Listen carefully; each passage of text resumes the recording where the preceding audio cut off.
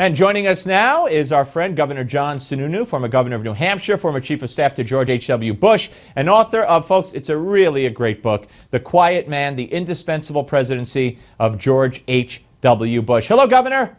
Thank you. How are you today? I'm great. Why don't we start with the fact that Jeb did so poorly and dropped out. When you look back, I mean, there's a big story in the New York Times how Jeb Bush spent $130 million with nothing to show for it. What happened in South Carolina specifically, where he brought his brother, who's beloved, he brought his mother, his father was beloved, you know, in the primary, Trump trashed GW. How did this happen to Jeb? Well, I think they got off on the wrong foot right from the start. I don't think their super PAC was managed very well. I don't think they understood the kind of a campaign they had to deal with. And I frankly don't think they were touching, when the super PAC was spending big money, I don't think it was focusing on the things that had to be focused on. I think they should have gone after Trump earlier, more aggressively, more factually, differentiating the positions that Trump had, in contrast with the Republican Party, not just the Republican Party, but Jeb himself. Yeah. And I don't think they did that. I think they were all over the place, and I did not see any logical thread to the spending of the money there. Yeah, it seems that they went more after Rubio, you know, and some of the other candidates than Trump. Didn't make a lot of sense. Okay, let's talk about Trump as we have Vegas tomorrow. Or should I say Nevada tomorrow? So where does he get stopped, or does he get stopped? Well, I think in order for there to be a stopping of Trump, Rubio, Cruz, and Kasich have to start pounding on Trump themselves. They all seem to be waiting for somebody else to do it, and I think they have to do it, and they have to do it in terms of issues.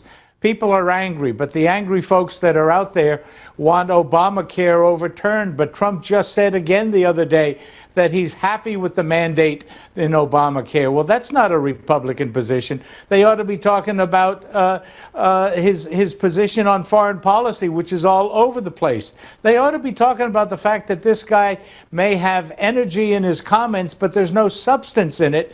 And that means if and when he ever gets to Washington, he can't do anything about the things we're all angry at. All right, well, there's a scenario out there painted by Larry Sabato, who suggested that Rubio offer Kasich his VP spot on the ticket, and that would help propel Rubio. Any, you see that as a viable? No? No, I don't think that makes any sense. These guys are in it for the top spot. I don't think they're going to play that kind of brokering. I don't think the public would like to see that kind of brokering.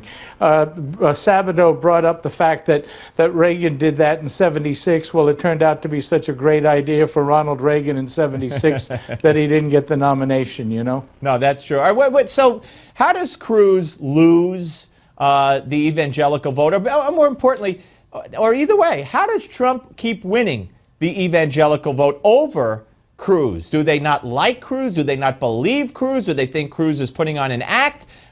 Explain it to me. Well, the guy that's putting on an act is clearly Trump, and unfortunately they keep buying it.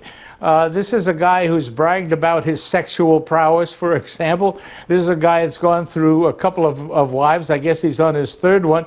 This is a guy who until a few months ago was pro-choice. Then when he decided to run, he starts saying he's pro-life. I do not understand the evangelical vote, and I think they've got, in my opinion, a little bit of their soul searching to do. Well, all right, we'll see. We'll see if that actually happens. Let's talk about the other side. Bernie Sanders. Now, I'm no political consultant, although I've been told I could be. You're the expert. Tell me why Bernie Sanders, A, didn't release that picture of him being arrested at a civil rights rally and make an issue of this weeks ago, months ago, when it comes to getting the black vote. Why hasn't he talked about the fact that Hillary admits she tries to tell the truth? Why hasn't he talked about the fact she lied that she was under sniper fire when she landed in Bosnia? Why doesn't he talk about everything that Hillary does that's a lie, that's not true, that's wrong? Why is he taking a high road that's going to lead right out of the running? Well, you know, something happens to folks when they get into these races. The same thing that we could ask about our guys. Why aren't Rubio, Cruz, and Kasich pounding Trump? You know, these folks seem to get cold feet when they get in front of the cameras. Bernie seems to feel that he can run on the socialist momentum he's created, and he's sticking to that theme. And yeah, he does take a pot shot at Mrs. Clinton here and there, but as you point out, he seems to have kept the juiciest stuff to the side. I think the only way she's going to really get pounded is after she locks up the nomination.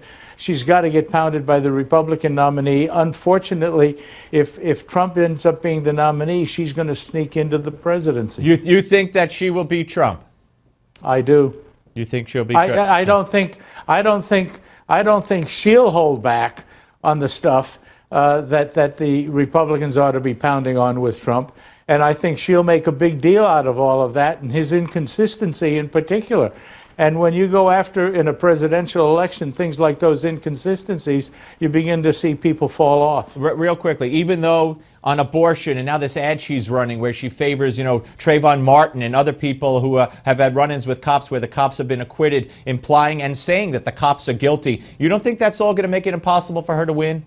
Well, she'll run the I'm very strongly pro-choice piece of Trump ad on abortion, and she'll probably find half a dozen similar clips.